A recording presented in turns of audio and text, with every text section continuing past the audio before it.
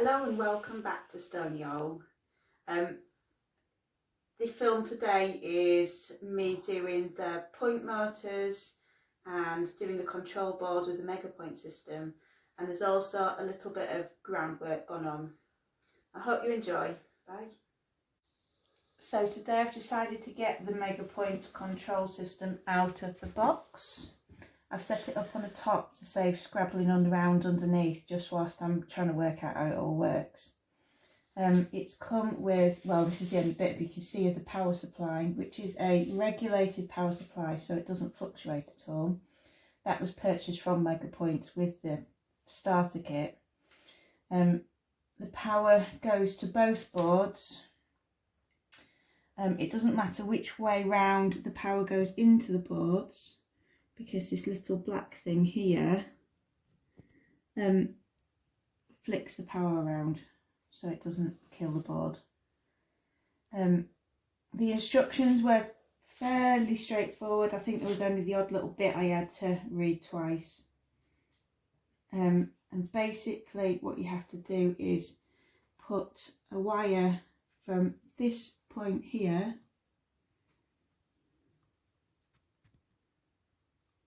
over to the same point on this board and have the same coloured wires go into the SDA and SCL points so that it doesn't blow it up, I'm assuming, or confuse it. And then you had to, when you put the power in initially, you had to hold down low, which is this button there, which just sets this to slave mode, so it listens to what the other board's telling it to do. And after that bit, it's fairly simple. You just get the switch that comes in the pack and plug on the wire that comes with them and put it into place number 1 on the board.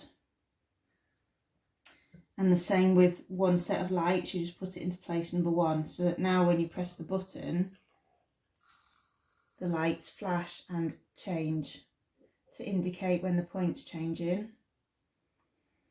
And then we have, I have created cut out a hole to sink the servo into and attach the little white wing, the bit. And then I've got some wire and bent a little hook on it to go through the point arm, and then done this like dog leg bit to go through the servo arm, and then I've just connected it into point 1 on the servo controller board. And then and that was all clearly described in the instructions. As I said, I had to read a couple of points once or twice, but that's about it. And then on the internet is the rest of the instructions as to how to program the servo on the Mega Points website. Again, it's really easy to find.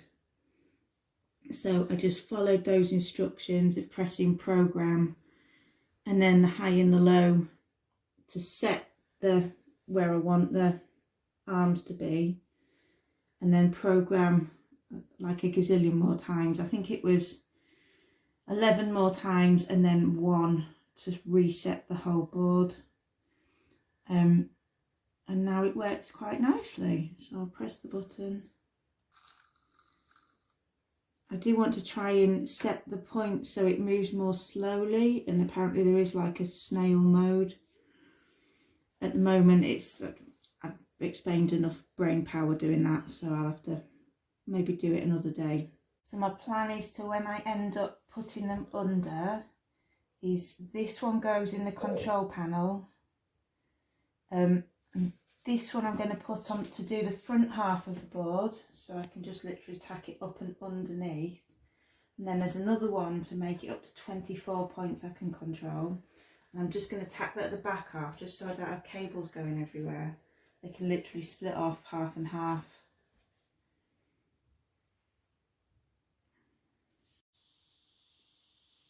Right, so we've just made this box to put the circuit board and wires in for the control panel. It's literally just 3x1, and it's glued and screwed in the corners. I've notched out here so it fits round the 2x1, and it's just been screwed on once in each side so it's solid. There's a little gap at the back to put the wires through. I've glued the hinges onto the back of the control panel and screwed them onto the box. I've glued it because it's a bit thin to be putting screws through. These are the holes for the lights and switches that have been countersunk because the switch has got this big square bit round it, so it just means it fits in nicely and goes flat and goes through to the other side of the board. And again, the lights flare slightly lower down, so the light holes have also been countersunk so that they fit in properly and go through. And then it's just one screw at the top to keep it shut.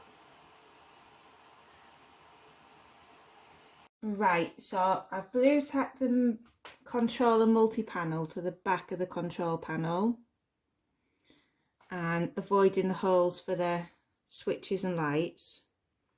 I've put the power in and the cable that connects to the MegaPoint servo controller through the back of the box.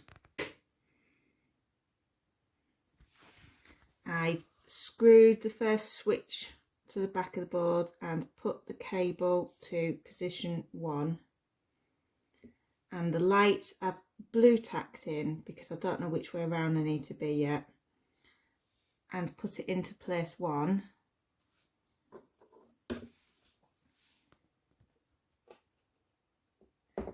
And then you can see the lights are on here, so I just press the button and the lights switch. At the moment it won't change the point because we've not connected up the servo controller panel,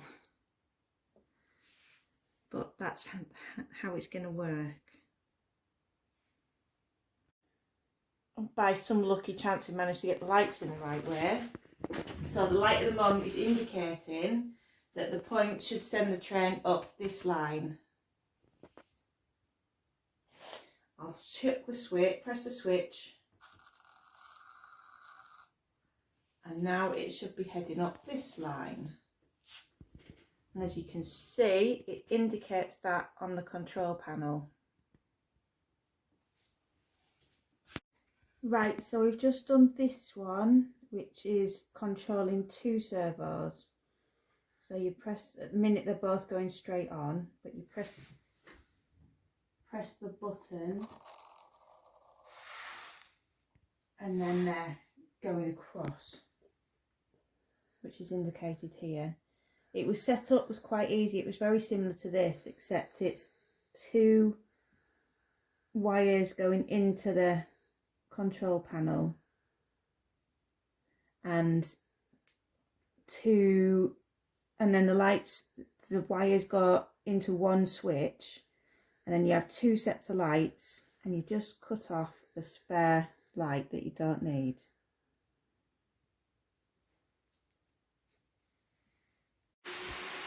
Right, so that's all the point motors in and wired up, bar this one here, which will be a point underneath the hill that'll be fiddle yard or maybe something to connect a cassette to or something like that, that's just going in just in case. I've also put little marks on here, as you'll see, that match up. So the blue squares is where the track goes from this point round to here, and then we have a purple line, which is where it goes from here all the way around to here, and again the white triangle is the same, the other one's over here,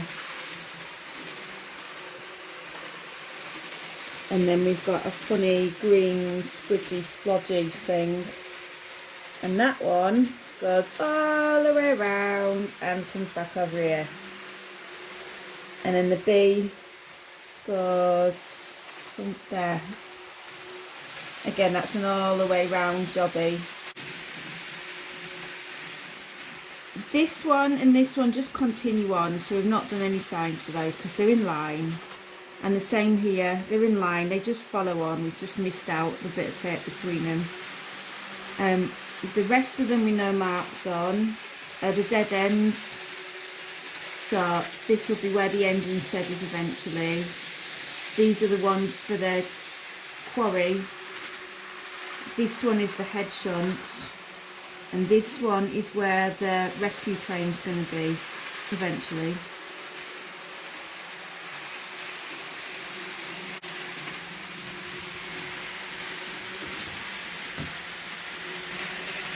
So on the plan, these are the 4 lines with the gap in and no marks.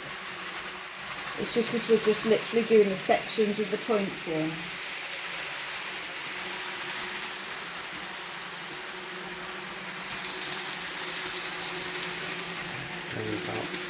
That's going out and coming back in again.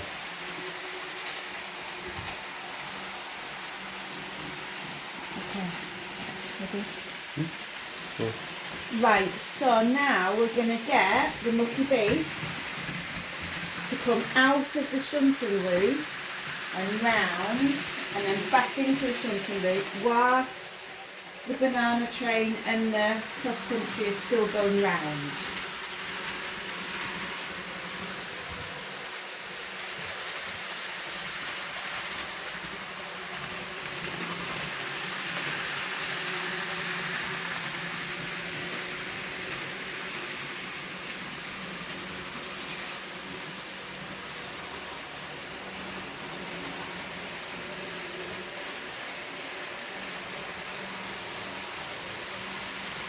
Doing it like this makes it an awful lot easier because it doesn't involve any stretching.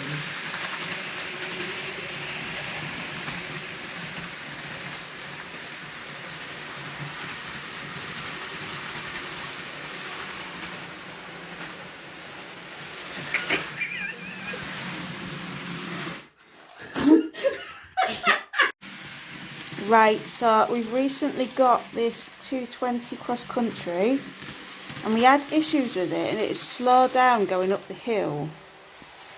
I'm just soaking these wheels and bogies because there's a lot of resistance, like you can stick them on a hill and they won't roll down with the coach attached.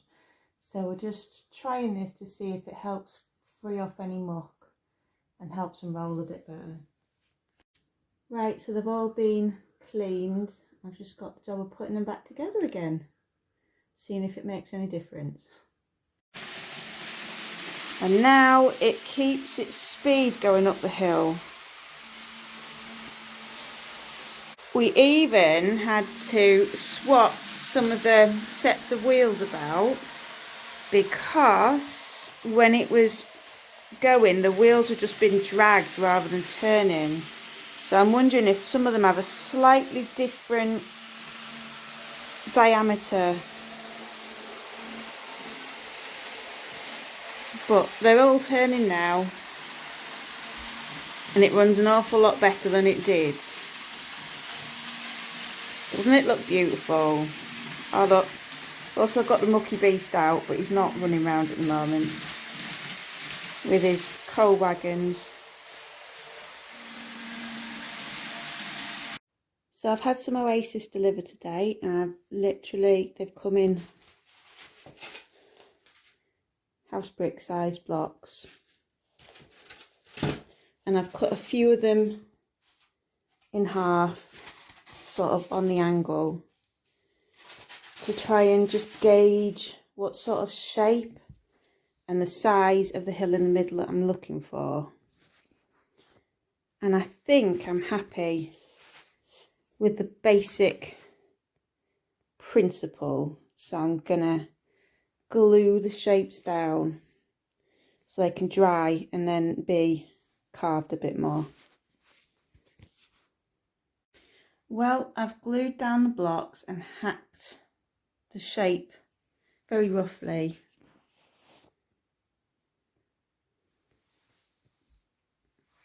To something a bit like what I'm wanting. Still needs a lot more work on it though. Right, so I think I'm now happy with the shape. As you can see, I've added a few more hunks of Oasis and glued them down. Reshaped it slightly. So the plan is now to put plaster cloth over it all to seal it in and stop the bits getting everywhere. Right, so I've just stuck the plaster cloth on and this is the result.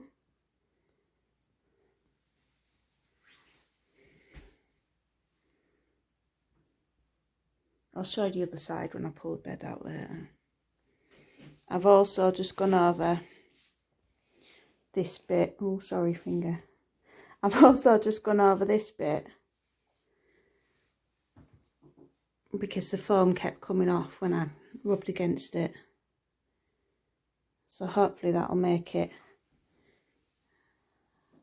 harder and easier to lean over without damaging bits.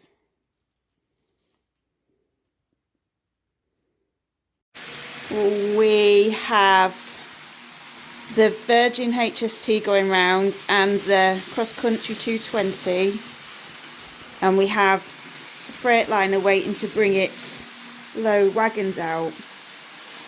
So once the 220 gets past the point over here, we'll use the control panel to switch the points and let the 66 out.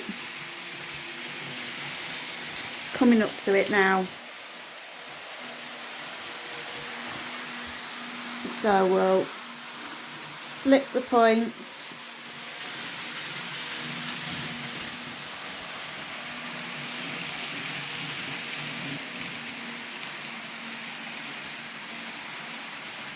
Freightliner's now coming out. I've just flicked the points to bring it back into the shunting area, and now I'm straightening up the inner loop.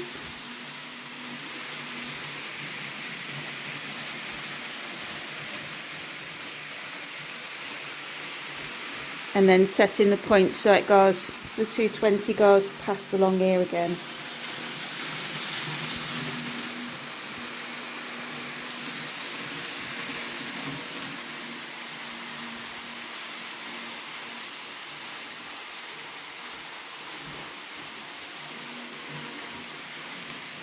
So this control panel makes it so much easier to do that without having to reach over and change multiple points. It's just one button and it does two sets of points here, and the other button here just does the one set of points. Well, thank you for watching. Next time I'm hoping to do a bit more groundwork and sort of get more bits done. Just working through slowly. It all depends on how it goes with Christmas and how much time I've got. Thank you very much for the new subscribers. It really is appreciated. If anyone's got any questions, then please feel free to ask. If not, I'll see you next time. Bye.